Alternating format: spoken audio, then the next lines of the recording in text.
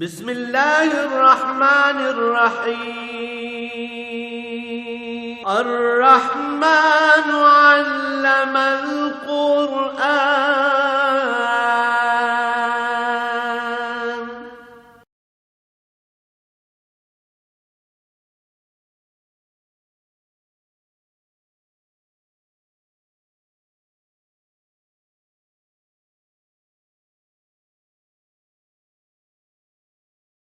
الحمد للہ رب العالمین والصلاة والسلام علی حبیبہ محمد وآلہ وصحبہ اجمعین۔ اعوذ باللہ من الشیطان الرجیم، بسم اللہ الرحمن الرحیم۔ ولما دخلوا علی یوسف آوى الیہ اخاہ قال انی انا اخوک فلا تبتئس بما كانوا يعملون۔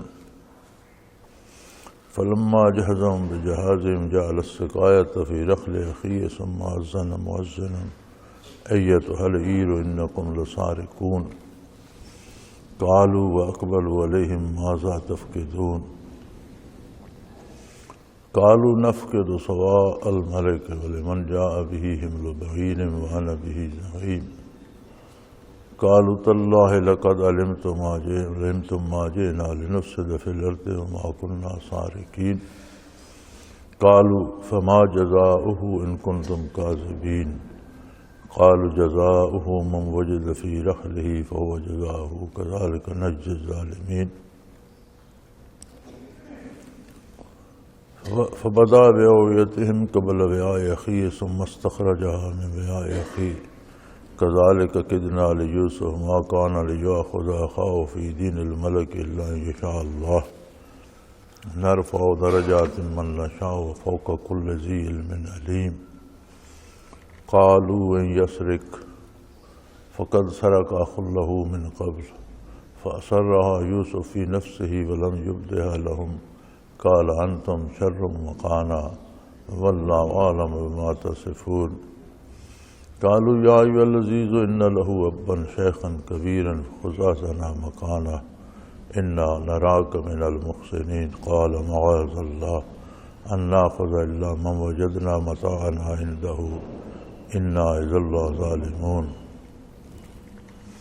اللهم سبحانك لا علم لنا إلا ما علمتنا إنك أنت العليم الحكيم مولاي صل وسلم دائما أبدا على حبیبک خیر الخلق کلہم۔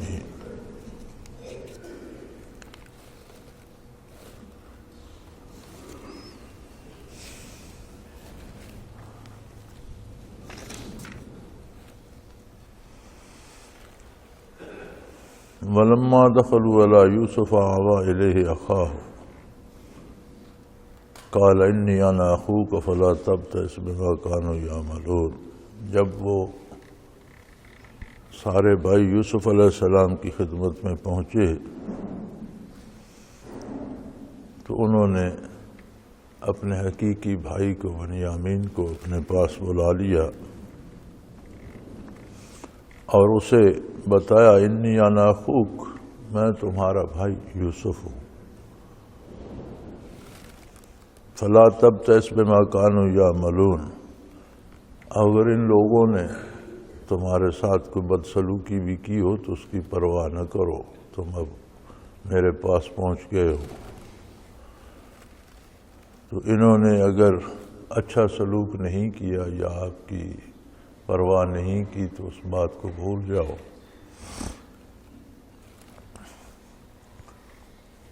اب سب کو غلہ دینے کی باری آئی تو سب کو ایک ایک اونٹ غلہ دے دیا، ایک زائد بھی دے دیا جو وعدہ فرمایا تھا۔ لیکن ایک عجیب کام یہ کیا کہ جب ان کا سامان تیار ہو گیا تو ایک پیمانہ تھا، سقایا کہتے ہیں پانی پینے کا جو برتن ہوتا ہے بڑا، تو اس سے ناپ کر دیا کرتے تھے، اور شاہی پیمانہ تھا، بہت قیمتی تھا۔ تو ملازمین کو، خدام کو حکم دیا کہ جو بوجھ میرے بھائی کے نام کا ہے اس میں وہ پیمانہ چھپا دو، ڈال دو۔ اب جانتے تھے کہ والد گرامی کی حالت کیسی ہے، کتنے دکھی ہیں، رو رو کر ان کی بینائی جاتی رہی ہے، آنکھیں سفید ہو گئی ہیں، اور بنیامین کو وہ پاس رکھتے ہیں، چلو کچھ ان کے دل کو سہارا ہے۔ یہ بھی جاتا رہا تو کیا ہوگا، لیکن جو کچھ اللہ کو منظور ہوتا ہے وہی ہوتا ہے۔ اللہ کریم ان کے درجات اور بلند کرنا چاہتے تھے، مزید آزمائش تھی، تو بحکم الہی انہوں نے یہ سارا کیا، اور وہ پیمانہ بنیامین کے سامان میں چھپا دیا گیا۔ چنانچہ جب تیار ہو کر قافلہ نکلا، اپنا سامان لے کر، اونٹوں کو لے کر نکلے، تو اذن مؤذن، تو کسی نے پیچھے سے آواز دینے والے نے پکارا، ایتھا العیر انکم لسارقون، کہ اے قافلے والو تمہارے ذمہ تو چوری لگ رہی ہے، تم نے چوری کی ہے۔ انہیں یہ بات بڑی عجیب لگی۔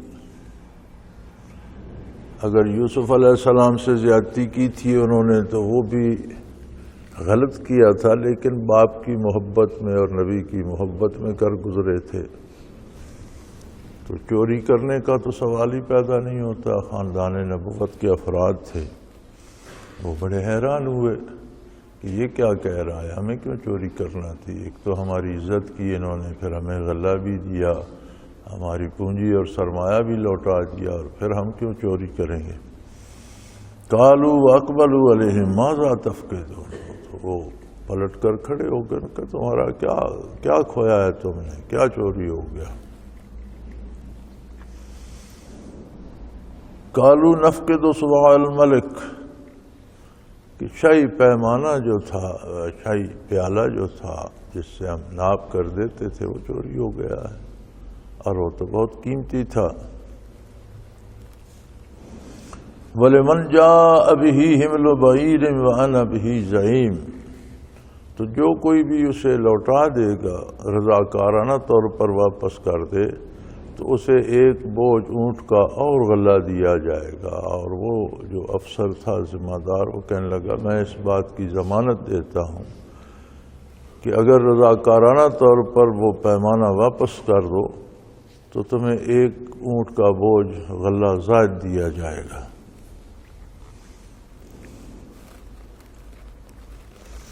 اس میں مفسرین کرام نے لکھا ہے کہ کسی کام کو کرنے کے لیے جو شرعاً جائز ہو تو انعام بھی مقرر کیا جا سکتا ہے، اور پھر کسی چیز کی ضمانت بھی دی جا سکتی ہے کہ یہ امر یقینی ہے اور میں اس کی ضمانت دیتا ہوں۔ جیسے یہاں اس نے کہا نہ بھی زعیم، میں اس بات کا ضامن ہوں کہ تمہیں ایک بوجھ اونٹ کا غلہ جو ہے وہ اور زیادہ ملے گا۔ قالوا تاللہ لقد علمتم ما جئنا لنفسد فی الارض وما كنا سارقین، وہ کہنے لگے تم جانتے ہو کہ ہم اپنی مجبوری میں، اپنی ضرورت کے لیے غلہ لینے آئے ہیں، زمین پر فساد برپا کرنے کے لیے نہیں آئے، اور ہم خاندان نبوت کے افراد ہیں، چور نہیں ہیں۔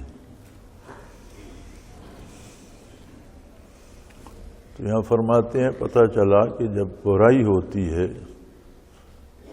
غلط کام ہوتا ہے، دوسروں کا حق ناجائز طور پر لیا جاتا ہے، تو اس کے نتیجے میں روئے زمین پر فساد پیدا ہوتے ہیں۔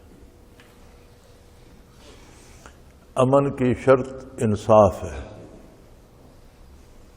وَلَكُمْ فِي الْقِصَاصِ حَیَاتٌ یا اُولِی الْأَلْبَابِ، اے صاحب دانش لوگو، تمہارے لیے زندگی جو ہے وہ قصاص میں ہے، انصاف میں ہے، عدل میں ہے۔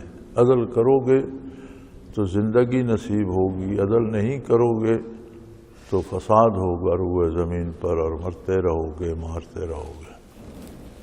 ہمارے ہاں بھی کسی دوسرے کا حق لے لینا دھوکے سے یا چوری سے اب کمال سمجھا جاتا ہے کہ میں نے اتنے پیسے لے لیے، کسی کو سمجھ ہی نہیں آئی، لیکن نتیجہ فساد فی الارض ہوتا ہے۔ تو آپ دیکھ لیجئے پوری دنیا پہ، پھر اپنے ملک میں خاص کر قتل عام جاری ہے، کوئی مارنے والا نہیں جانتا کس کو مار رہا ہوں، کیوں مار رہا ہوں، مرنے والے کو پتہ نہیں اسے کس نے مار دیا، کیوں مار دیا، اور بڑا شور ہوتا ہے دہشت گردی کو روکا جائے، دہشت گردی کو روکا جائے، لیکن یہ کوئی نہیں پوچھتا کہ جب انصاف نہیں ہوگا تو دہشت گردی کیسے رکے گی۔ جب پودے اگتے رہیں گے تو آپ کو ان پر پھل نہیں آئے، پھل تو لگے گا، تو پودا ختم کرو، انصاف کرو، عدل کرو۔ لیکن ہماری بدنصیبی یہ ہے کہ جو ہماری قومی عزت تھی اسے تباہ کرنے کے لیے انگریزوں نے نظام تعلیم بنایا۔ پون صدی گزر گئی، کہتے ہیں ملک آزاد ہے، لیکن نظام تعلیم وہی ہے جو انگریز نے بنایا۔ اسی طرح اس نے اپنی پسند اور اپنی مرضی سے غلاموں پر حکومت کرنے کے لیے ایک نظام عدل ترتیب دیا۔ پون صدی گزر گئی ہے، ہم اسی کو گھسیٹ رہے ہیں، اور وہ قانون جو 18ویں صدی میں بنتے رہے، 19ویں صدی میں، 20ویں 21ویں صدی میں بھی عمل انہی پر ہو رہا ہے۔ پاکستان بننے سے پہلے جو ضابطے بنے تھے پینل کوڈ کے، آج بھی انہی پر فیصلے ہوتے ہیں۔ اب تعزیرات ہند ہوتا تھا، اسے تعزیرات پاکستان لکھ دیا گیا، باقی سب وہی ہے۔ پاکستان 1947 میں بنا، آج بھی کسی کو سزائے موت دیتا ہے تو جج لکھتا ہے کہ زیر دفعہ 302 تعزیرات پاکستان مجریہ 1836۔ پاکستان 1947 میں بنا، پاکستان کا قانون 100 سال پہلے کا ہے۔ تو نظام عدل ہی جب درست نہیں ہے تو عدل کب ہوگا؟ پہلی بات تو یہ ہے کہ یہ جو انگریز کا دیا ہوا نظام ہے اس پر بھی عمل نہیں ہوتا۔ کوئی غریب آدمی اشارہ بھی کاٹ لے تو جیل چلا جاتا ہے، بڑا آدمی 10 بندے قتل کر دے تو کوئی نہیں پوچھتا، بلکہ پولیس والوں کے تبادلے ہونا شروع ہو جاتے ہیں کہ اسے کیوں نہیں چھوڑتے ہو، کیوں پکڑتے ہو۔ تو جب یہ عالم ہوگا تو دہشت گردی تو ہوگی۔ تو انہوں نے بھی یہ اصول بتایا کہ ہم زمین پر فساد پیدا کرنے نہیں آئے کہ کسی کا مال ناجائز طور پر لے لیں، کسی کا حق مار لیں، تو اس کا نتیجہ صرف یہ نہیں ہوتا کہ ایک آدمی کا حق مارا گیا، بلکہ زمین پر فساد پھیلتا ہے اور امن تباہ ہوتا ہے۔ تو ہم اس لیے نہیں آئے کہ امن تباہ کریں، اور نہ ہی ہم چور ہیں۔ ہم تو شریف زادے، شریف لوگ ہیں، خاندان نبوت کے افراد ہیں، ہم سے چوری کی توقع نہ رکھو۔ تو وہ جو شاہی خدام تھے وہ کہنے لگے قالوا فما جزاؤہ ان کنتم کاذبین، اگر تم جھوٹے ثابت ہو گئے تو سزا کیا ہوگی؟ مصر میں چھوٹی موٹی چوری کی سزا یہ تھی کہ چور پکڑا جاتا تو اسے سزا دے کر مار پیٹ کر چھوڑ دیتے، لیکن فلسطین میں یعقوب علیہ السلام کی شریعت میں سزا یہ تھی کہ جو چوری کرتا اس پر چوری ثابت ہو جاتی تو جس کا مال چراتا اس بندے کو اس کے سپرد کر دیا جاتا، وہ اسے غلام بنا لیتا، پھر جو چاہے اس سے خدمت لے۔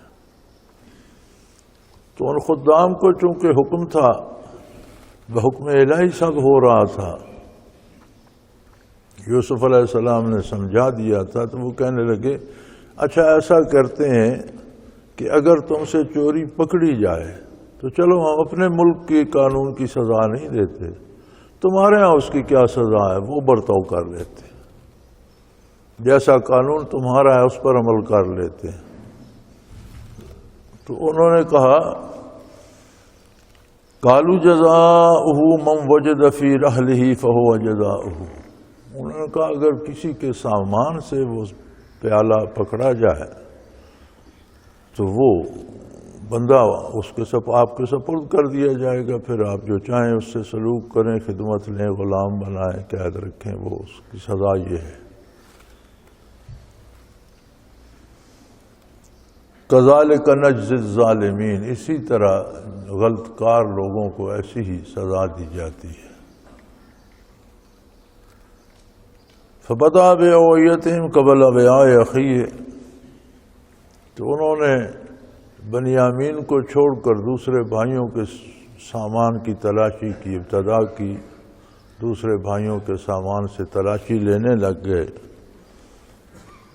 آخر تلاش کرتے کرتے بنیامین کے سامان تک پہنچے۔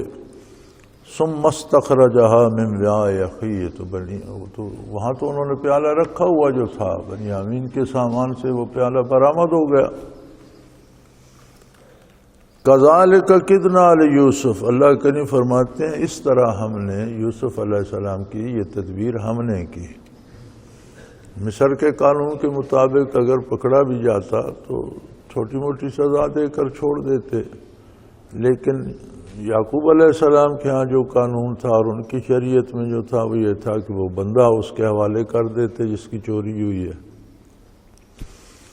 تو بحکم الہی ان کارندوں کو سمجھا دیا گیا تھا۔ انہوں نے ان سے پوچھا کہ چلو تم اپنی اتنی صفائی دیتے ہو، تو اگر تمہارے پاس سے مال مسروق کا برآمد ہو گیا تو پھر تمہارے ساتھ کیا سلوک کیا جائے؟ ہم اپنے ملک کی قانون پر عمل نہیں کرتے، تمہارے قانون پر کر لیتے ہیں، جو تم کہتے ہو وہ کر لیں گے۔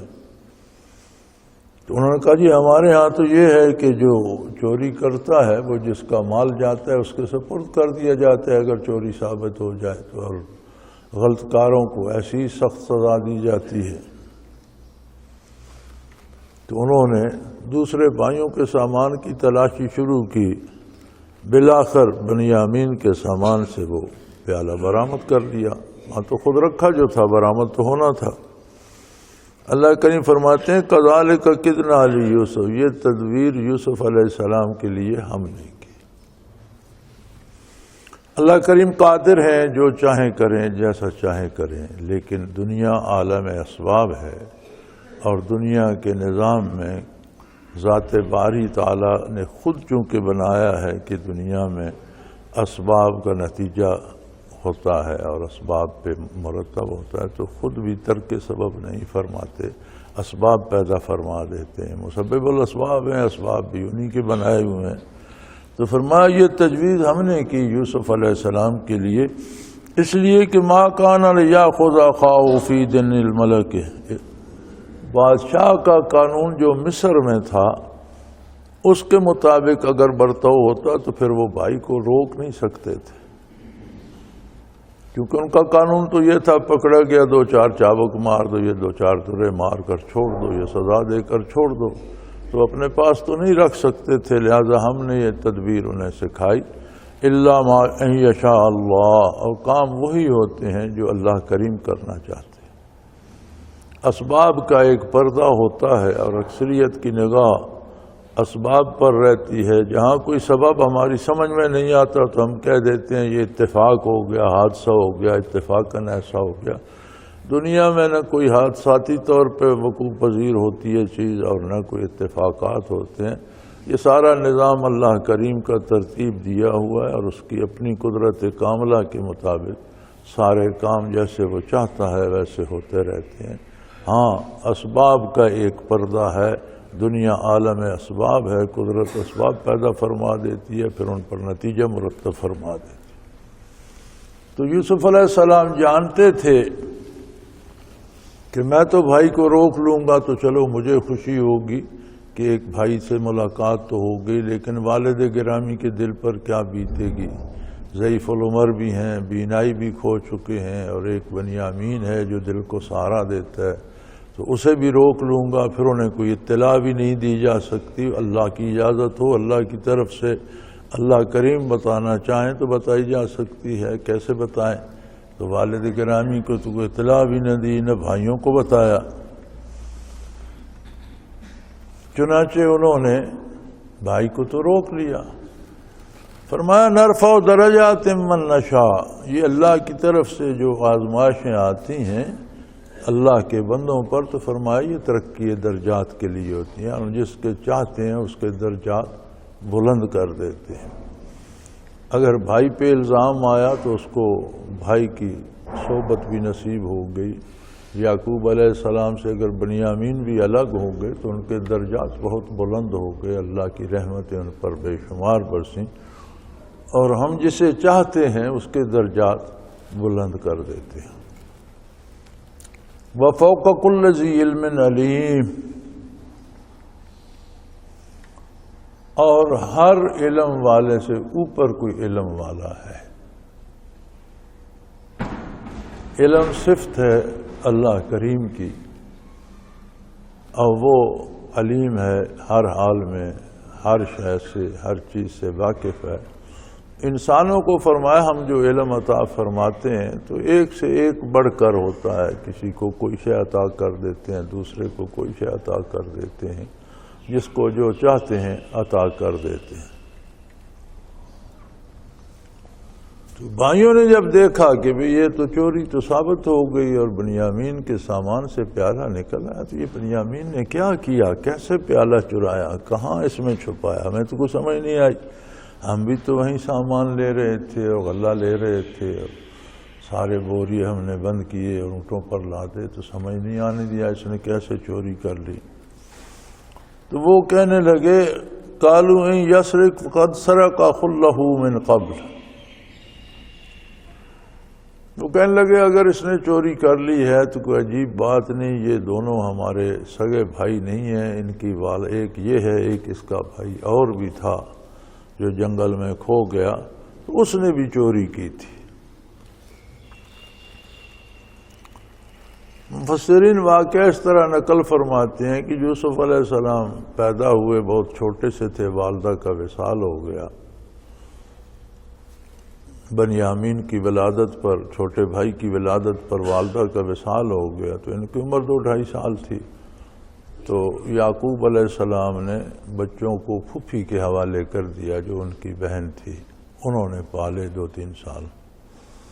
تو جب کچھ سیانے ہوئے تو یعقوب علیہ السلام نے منگوا بھیجا کہ اب کم از کم یوسف کو تو واپس کر دو۔ انہیں بہت پیار ہو گیا تھا، تو ان کے پاس تبرک تھا، حضرت اسحاق علیہ السلام کا ایک پٹکا تھا چھوٹا سا، وہ ان کے پاس خاندانی طور پر بطور تبرک کے آ رہا تھا۔ تو چونکہ قانون یہ تھا کہ جو چوری کرے وہ اسی بندے کے سپرد کر دیا جائے، تو انہوں نے رخصت کرتے وقت ان کی کمر سے لپیٹ کر اوپر کرتا پہنا دیا، چھوٹا سا پٹکا تھا۔ تو جب لے کر جانے لگے تو ان کا میری تو چوری ہو گئی ہے، پٹکا گم ہو گیا۔ پھر وہ یوسف علیہ السلام کے پاس سے برآمد کر لیا، تو یعقوب علیہ السلام کو پتہ چلا تو وہ بہت ہنسے کہ یہ بجائے اس کے کہ مجھ سے اصرار کرتی کہ میرے پاس رہنے دے، وہ اس نے کیسی تدبیر کی ہے، اور اس کے پیار پہ انہیں خوشی بھی ہوئی۔ تو انہوں نے فرمایا اچھا تم اسے پاس رکھو، جب تک تمہارا جی نہیں بھرتا رکھو اسے پاس۔ چنانچہ 1.5-2 سال بعد یا کچھ عرصے بعد جب ان کا انتقال ہو گیا تب یوسف علیہ السلام کو واپس لائے، جب تک وہ زندہ رہیں انہی کے پاس رہے۔ تو اب وہ بات تو اسی وقت ظاہر ہو گئی تھی جب یعقوب علیہ السلام نے سارا وہ کھیل دیکھ کر ہنسے اور فرمایا یہ تمہاری محبت ہے، تم اسے چھوڑنا نہیں چاہتی تو چلو تمہارے پاس ہی رہے، کوئی بات نہیں، میرے پاس ہوگا یا تمہارے پاس، ایک ہی بات ہے۔ تو جب ان کا وصال ہو گیا تو یوسف صلی اللہ علیہ وسلم کو گھر لائے، تو بھائیوں نے وہ تانا بھی دے ڈالا کہ اگر اس نے چوری کی ہے تو اس کے بڑے بھائی نے بھی ایک چوری کی تھی اور وہ بھی پکڑا گیا تھا اور اسے بھی ان لوگوں نے روک لیا تھا۔ فَأَسَرَّهَا يُوسُفُ فِي نَفْسِهِ وَلَمْ يُبْدِهَا لَهُمْ، یوسف علیہ السلام اس بات کو بھی دل میں ہی پی گئے، ان پر ظاہر نہیں ہونے دیا، ورنہ انہیں دکھ تو بہت ہوا کہ اپنا کردار دیکھو، تم نے والد کے ساتھ کیا کیا، معصوم بھائی کے ساتھ کیا ظلم ڈھایا، اور تم خود پارسا بنتے ہو، اور وہ ایک جو میری پھوپھی نے ہیلا کیا تھا اسے تم چوری کا نام دیتے ہو۔ لیکن چونکہ اللہ کا حکم نہیں تھا ظاہر کرنے کا، اجازت نہیں تھی، تو دل ہی دل میں آپ نے ساری بات جذب کر لی اور دل ہی دل میں کہا قال انتم شر مکانا، اگر کردار دیکھا جائے تو تمہارا کردار بہت بھیانک ہے، تم نے اس سے کہیں بڑے جرائم کیے ہیں، جو سلوک تم نے والد گرامی سے کیا، جو سلوک تم نے ننھے بھائی سے کیا، تو ایسا تو کوئی بڑے سے بڑا ظالم بھی نہیں کرتا، تمہارا کردار بہت ہی برا ہے۔ واللہ اعلم بما تصفون، اور تم جو باتیں کرتے ہو ان کی حقیقت حال سے تو اللہ ہی باخبر ہے، اللہ کریم جانتا ہے کس نے چوری کی یا کس نے زیادتی کی یا کیا ہوا، سب باتوں کی حقیقت اللہ کریم جانتا ہے۔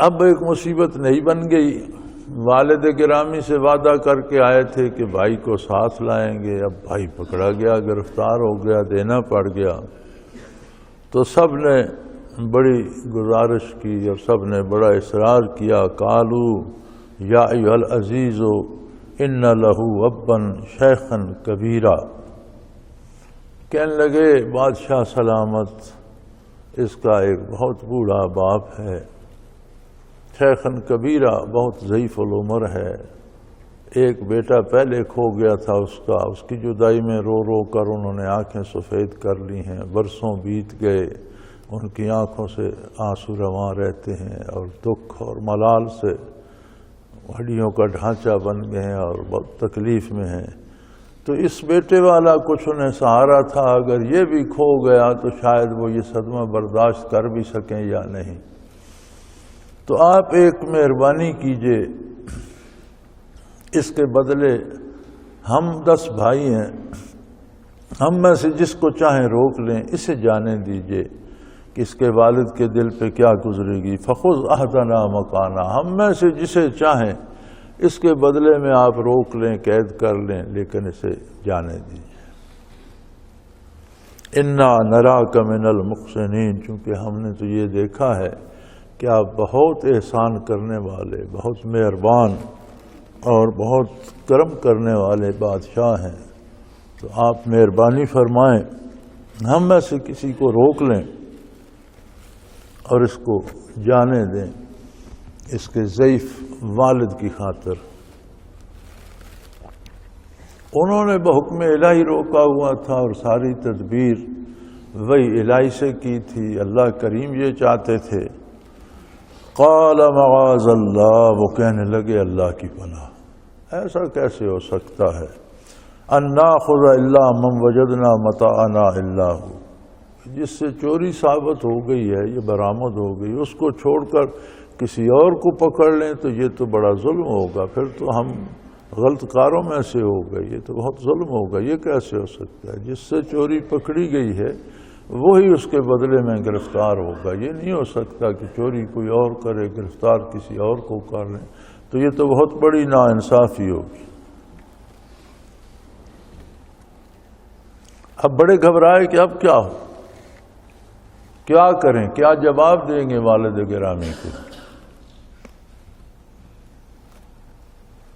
فلما استيئسوا منه خلصوا نجيا، وہ جب نا امید ہو گئے کہ بادشاہ تو نہیں ماننے والے، اور وہ بنیامین کو تو لے گئے اندر، اب ان کا تو بھائی تھا، خوب پیار سے ملے، اپنے پاس بڑے پیار سے رکھا، اسے بتایا میں یوسف ہوں، تمہارا بھائی ہوں، مدتوں بیت گئے تم سے بچھڑے، تم تو شاید اب تمہیں یاد بھی نہ ہو میرا حلیہ، اور عرصہ بیت گیا، پھر خوب دل کھول کر باتیں کی، والد گرامی کا پوچھا، گھر کے حالات پوچھے، تو وہ تو آرام میں ہو گیا۔ اب انہیں پریشانی تھی کہ اب کیا کریں، جب دربار شاہی سے باہر آئے تو مشورہ کرنے لگے۔ قال کبیرہم الم تعلموا ان اباکم قد اخذ علیکم موثقا من اللہ ومن قبل ما فرطتم فی یوسف، وہ جو ان سب میں بڑا بھائی تھا وہ کہنے لگا کہ تمہیں خبر ہے کہ تم نے کتنا پکا وعدہ اللہ کو گواہ بنا کر والد گرامی سے کیا ہے کہ تم بھائی کو ساتھ لے کر آؤ گے، اور پھر اس سے پہلے یوسف علیہ السلام کے معاملے میں جو کر چکے ہو وہ بھی تم جانتے ہو. اب کس منہ سے والد کے پاس جاؤ گے؟ کیا جا کر کہو گے؟ تو کہنے گا فلن ابرح الارض حتی یاذن لی ابی یحکم اللہ لی وہو خیر الحاکمین. اس نے کہا میں تو اب یہاں سے اس شہر سے جاؤں گا نہیں، کہیں نہیں جاؤں گا. یا اللہ کریم کو حکم دے دیں تو جہاں حکم ہوگا وہاں چلا جاؤں گا، یا والد گرامی حتی یاذن لی ابی، والد گرامی اجازت دے دیں مجھے بلا لیں تو میں گھر چلا جاؤں گا، یا پھر اللہ کو فیصلہ کر دے گا وہ میری موت بھیج دے یا زندگی ختم کر دے یا جو بھی ہو، میں یہاں سے اب کہیں جانے والا نہیں ہوں. مجھے تو شرم آتی ہے، میں والد کے روبرو نہیں جا سکتا، اور جب تک والد حکم نہ دیں میں تو یہیں رہوں گا. یا وہ مجھے اجازت دے دیں واپس آنے کی تو چلا جاؤں گا، یا پھر اللہ فیصلہ کر دے زندگی موت کا، موت آ جائے. چونکہ اللہ ہی بہترین فیصلہ کرنے والے ہیں. بھائیوں سے کہا ارجعوا الی ابیکم، تم لوگ واپس جاؤ، والد گرامی کی خدمت میں جاؤ. فقولوا یا ابانا ان ابنک سرق، اور انہیں بتاؤ کہ ابا جان آپ کے بیٹے نے چوری کی اور چوری میں پکڑا گیا، ہمارا اس میں کوئی قصور نہیں، ہم نہیں چھوڑ کر آئے، ہماری بس سے کام باہر ہو گیا تھا، انہوں نے چوری کی اور اس چوری میں پکڑے گئے. وما شہدنا الا بما علمنا، اور جو بات ہمارے سامنے ہم وہی بتا رہے ہیں. اب اس کے پیچھے کیا حقائق ہیں یا پس پردہ کیا بات ہے اس کا تو ہمیں علم نہیں. سامنے ظاہر میں جو بات ہوئی جس کے ہم گواہ ہیں وہ یہ ہے کہ جب ہم سامان لے کر نکلے تو بادشاہ کے پیادوں نے کہا پیچھے سے آگے کہ بھئی تم نے چوری کی ہے. ہم نے بتیرا کہا کہ ہم تو چور نہیں ہیں، لیکن انہوں نے کہا تلاشی دی گئی تو بنیامین کے سامان سے وہ پیمانہ، وہ پیالہ نکل آیا. تو یہ تو ہمارے سامنے کی بات ہے. اب اس کے پیچھے کیا حقائق ہیں اس سے تو ہم واقف نہیں، لیکن یہ بات ہمارے سامنے ہوئی، ہم اس کی گواہی دے رہے ہیں. وما كنا للغیب حافظین، اور اس کے پیچھے کوئی غیبی امور ہیں یا کوئی غیب کی باتیں ہیں تو وہ اللہ بہتر جانتا ہے، ان پر تو ہمارا بس نہیں چلتا، ہم ان میں تو ہم حفاظت نہیں کر سکتے تھے. اگر آپ کو ہماری بات پہ یقین نہ آئے تو وَاسْأَلِ الْقَرْيَةَ الَّتِي كُنَّا فِيهَا، ہم جن شہروں سے گزرے جہاں جہاں قافلے کا راستہ ہے ان لوگوں سے پوچھ لیجئے کہ ہمارا بھائی کے ساتھ سلوک کیسا تھا. وَالْعِيرَ الَّتِي أَقْبَلْنَا فِيهَا، یا وہ قافلے والے جو یہاں سے ہمارے ساتھ گئے تھے وہ بھی واپس آ گئے ہیں، وہ بھی سارے واقعے کے چشمدید گواہ ہیں، آپ ان سے شہادت لے لیجئے کہ اصل واقعہ کیا ہوا. وَإِنَّا لَصَادِقُونَ، وہ بھی اس بات کی گواہی دیں گے کہ ہم جو کچھ عرض کر رہے ہیں یہ سارا سچ ہے، درست ہے، ٹھیک بات ہے. قَالَ بَدْ سَوَّلَتْ لَكُمْ أَنفُسُكُمْ أَمْرًا، یعقوب علیہ السلام فرمانے لگے کہ تم نے پھر ایک بہانہ گھڑ لیا ہے. وہ اپنے پہلے تجربے کی بنیاد پر فرما رہے تھے کہ پہلے بھی یوسف کو بھیڑیے نے نہیں کھایا، یوسف کی موت نہیں ہوئی، تم نے ایک خواہ بہانہ گھڑ لیا. اور دوسری مرتبہ بھی اب کیونکہ نگاہ بھی نہیں تھی، بہت کمزور بھی تھے، جب ان کی بات سنی تو فرمایا تم نے پھر ایک بہانہ اپنی طرف سے گھڑ لیا ہے. لیکن اس کا جواب بھی وہی ہے، فَصَبْرٌ جَمِيلٌ، صبر ہی بہتر ہے، برداشت ہی کرنا پڑے گا، میں یہ دکھ بھی جھیل جاؤں گا. عَسَى اللَّهُ أَن يَأْتِيَنِي بِهِمْ جَمِيعًا، دکھ بھی جب حد سے بڑھ جاتا ہے تو درد بھی جب حد سے بڑھتا ہے تو خود ہی دوا بن جاتا ہے. تو کہنے لگے، فرمانے لگے کہ اللہ چاہے تو ان کو اکٹھا میرے پاس واپس لے آئے گا. اگر اس نے مجھ سے ایک ایک کر کے لیے ہیں تو مجھے دونوں عطا کر دے گا. انہو هو العلیم الحکیم، وہ جانتا بھی ہے ساری بات اور وہ حکیم و دانا بھی ہے. اس کی حکمت کا تقاضا ہوگا، اس نے ان کو مجھ سے جدا کر دیا، لیکن میں نہیں جانتا وہ کہاں ہیں، وہ تو جانتا ہے کہاں ہیں، کس حال میں ہیں، اور میں اللہ سے پر امید ہوں کہ وہ دونوں کو اکٹھا مجھ سے ملا دے گا، کہ وہ علم والا بھی ہے، وہ جانتا بھی ہے، اور وہ دانا تر ہے، اس کی حکمت کا تقاضا ہوگا، اس نے مجھ سے جدا کر دیا۔ وَتَوَلَّ عَنْهُمْ، ان سے رخ مبارک پھیر لیا۔ وَقَالَ يَا أَسْفَىٰ عَلَىٰ يُوسُف، اور ایک آہ بھری یوسف علیہ السلام کی سرد آہ کھینچی۔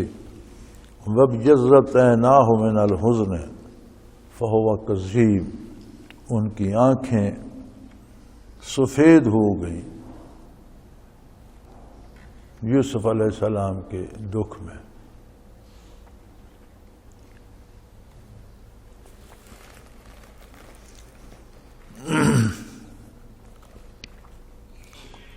حزن ہوتا ہے محبوب کا، کسی پیاری ہستی کا دکھ، جدائی کا دکھ ہو یا اس پر کوئی تکلیف آ جائے اس کا دکھ ہو۔ ذاتی اپنے دکھ کو حزن نہیں کہتے، نہ ڈر کو حزن کہتے ہیں۔ جب یزت عیناہ من الحزن، یوسف علیہ السلام کے دکھ میں ان کی آنکھیں سفید ہو گئیں رو رو کر۔ فہو کظیم، کظم کہتے ہیں جس طرح کسی مشک کا یا چھاگل کا پانی سے بھر کر اوپر سے منہ پکی طرح بند کر دیتے ہیں، اسے کظم کہتے ہیں، کہ وہ دکھ سے بھرے ہوئے تھے، ان کے اندر سارا دکھ ہی دکھ تھا، غم ہی غم تھا، لیکن لب کے شکوہ نہیں تھا۔ کظیم، وہ سارا دکھ انہوں نے اپنے اندر سمو لیا تھا، لب پر شکوہ نہیں تھا، سوائے اللہ کے کسی سے بات نہیں کرتے تھے، کسی کے سامنے دکھ بیان نہیں کرتے تھے، لیکن ان کا اندر دکھ سے بھرا ہوا تھا۔ جیسے پانی کا مشکیزہ بھر کر اوپر سے منہ باندھ دیتے ہیں تو کوئی قطرہ باہر نہیں آتا، تو اندر دکھ ہی دکھ تھا، لیکن وہ لب پر نہیں لاتے تھے۔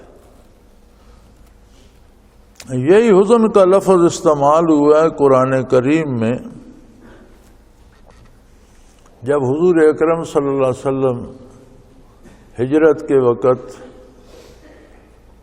غار ثور میں جلوہ افروز تھے اور اکیلے ابو بکر صدیق رضی اللہ عنہ وہاں تھے، تو حضور آپ کی گود میں سر رکھ کر آرام فرما رہے تھے۔ اہل مکہ تلاش کرتے کرتے غار کے منہ تک پہنچ گئے۔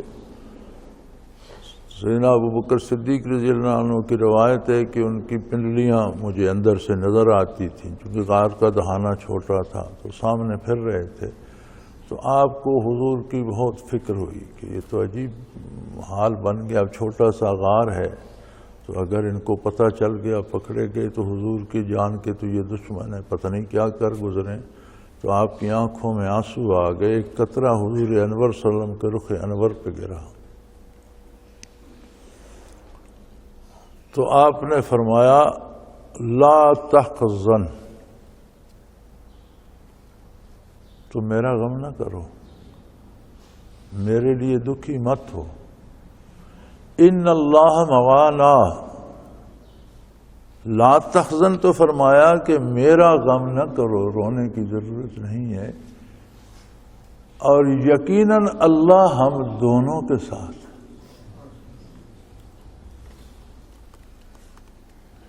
معیت باری تمام انبیاء کو حاصل ہوتی ہے، لیکن اس میں انسانی صفات ہوتی ہیں، انسان کی طرف سے صفات ہوتی ہے، اللہ کی طرف سے ذات ہوتی ہے۔ موسیٰ علیہ السلام جب کنارے سمندر پہنچے، قوم ساتھ تھی، آگے سمندر، پیچھے فرعون کا لشکر آ رہا، گرد اڑاتا، تو ان کی قوم نے تو کہا کہ مارے گئے، اب آگے سمندر ہے، پیچھے فرعون کا لشکر آ رہا ہے، تو موسیٰ کوئی رستہ بچنے کا تو نہیں، ہم تو مارے گئے، وہ تو ہمیں تہس نہس کر دیں گے، تہ کر دیں گے، کچل دیں گے گھوڑوں کے نیچے اور گاڑیوں کے نیچے۔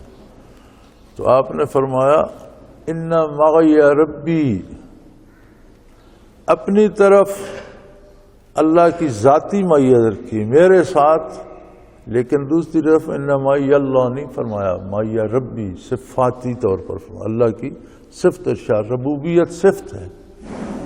ادھر اگر معیت ذاتی تھی تو دوسری طرف اللہ کی طرف سے معیت صفاتی تھی۔ اسی طرح ان اللہ مع المحسنین، معیت ذاتی ہے اللہ کی طرف سے، لیکن آگے بندے کی صفت ہے، جب تک وہ محسن رہے گا اسے معیت حاصل ہے۔ اگر اس کے احسان میں فرق آ گیا تو معیت نہیں رہے گی۔ اگر ذاتی معیت ہوتی ہے کسی کو تو وہ صفاتی طور پر ہوتی ہے، اور کسی کو صفاتی ہوتی ہے تو اس کی ذات کے وصف پر ہوتی ہے۔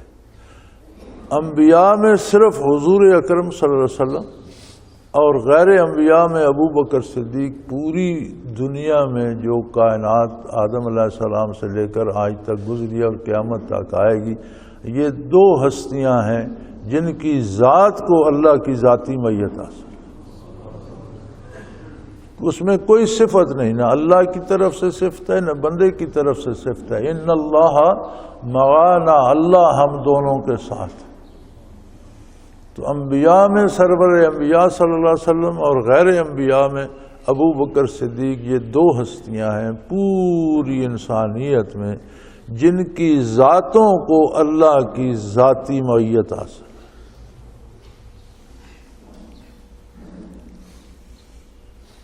قالوا تاللہ تفتأ تذکر یوسف حتی تکون حردا او تکون من الہالکین، تو کہنے لگے اللہ کی قسم آپ یوسف علیہ السلام کو اسی طرح یاد کرتے رہتے ہیں اور اسی طرح کرتے رہیں گے۔ مدت گزر گئی، عرصہ بیت گیا، لیکن آپ کی وہی رٹ ہے، وہی یاد ہے، وہی دکھ ہے، وہی آنسو ہیں۔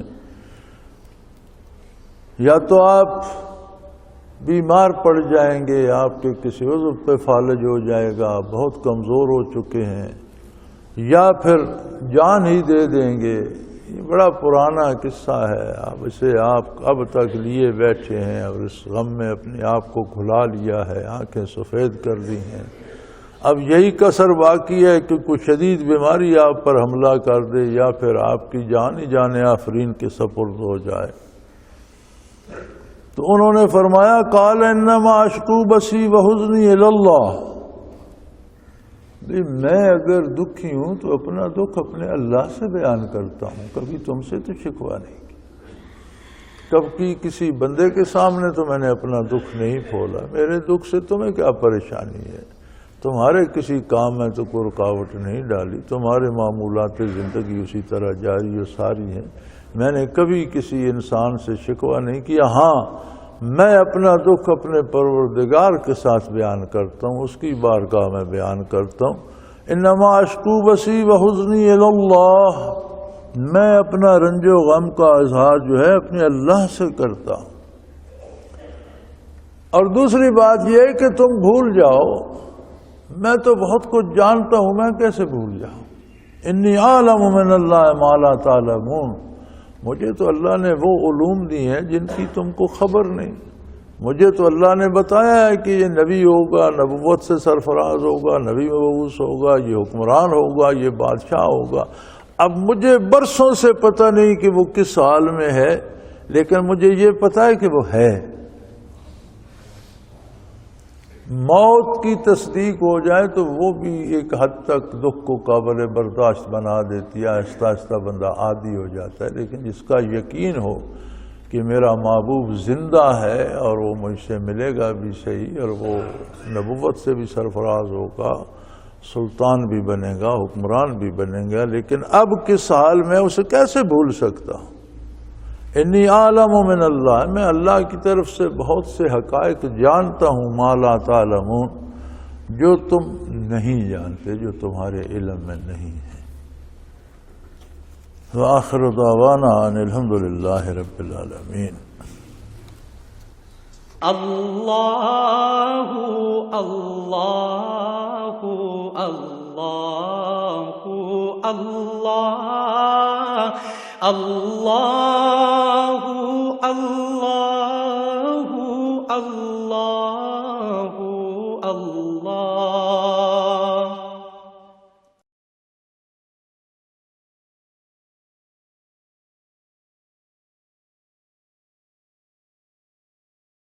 سال سے قرآن و حدیث کے اوپر خطابات کر رہے ہیں اور سلسلہ نقشبندیہ اویسیہ کے مطابق لوگوں کو ذکر الہی کی تربیت دے رہے ہیں۔ وہ قرآن پاک کی تفسیر ترتیب وار بیان کر رہے ہیں۔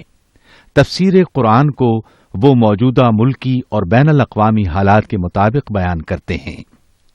موٹر وے سے کلر کہار کے انٹرچینج سے نکلتے ہوئے، کلر کہار کی جھیل سے ہوتے ہوئے، میانی، بوچھال اور نور پور سے گزرتے ہوئے دارالعرفان منارہ پہنچ سکتے ہیں۔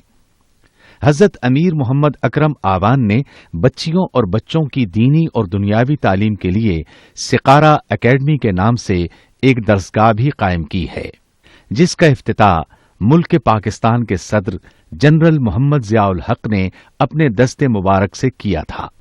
وہ تمام احباب جو اسلام کی طلب رکھتے ہیں ان سے گزارش ہے کہ دارالعرفان منارہ ضلع چکوال میں امیر محمد اکرم آوان صاحب کے خطابات سے مستفید ہوں۔ وہ ہر جمعے کو نماز سے پہلے بیان فرماتے ہیں۔ ہر ماہ کی پہلی اتوار کو ماہانہ اجتماع ہوتا ہے جس میں آپ خصوصی خطاب فرماتے ہیں اور پاکستان کے چاروں صوبوں سے احباب اس اجتماع میں شرکت کرتے ہیں۔ اس کے علاوہ یہاں سال میں 2 مرکزی اجتماعات بھی ہوتے ہیں، ایک رمضان المبارک میں اعتکاف کا اجتماع اور دوسرا جولائی اور اگست میں 40 دن کا اجتماع ہوتا ہے جس میں روحانی تربیت کی جاتی ہے۔ اپنا خون سیماب دے کر اتنا ہم کر جائیں گے، نام آقا کا چمن میں پھر رقم کر جائیں گے۔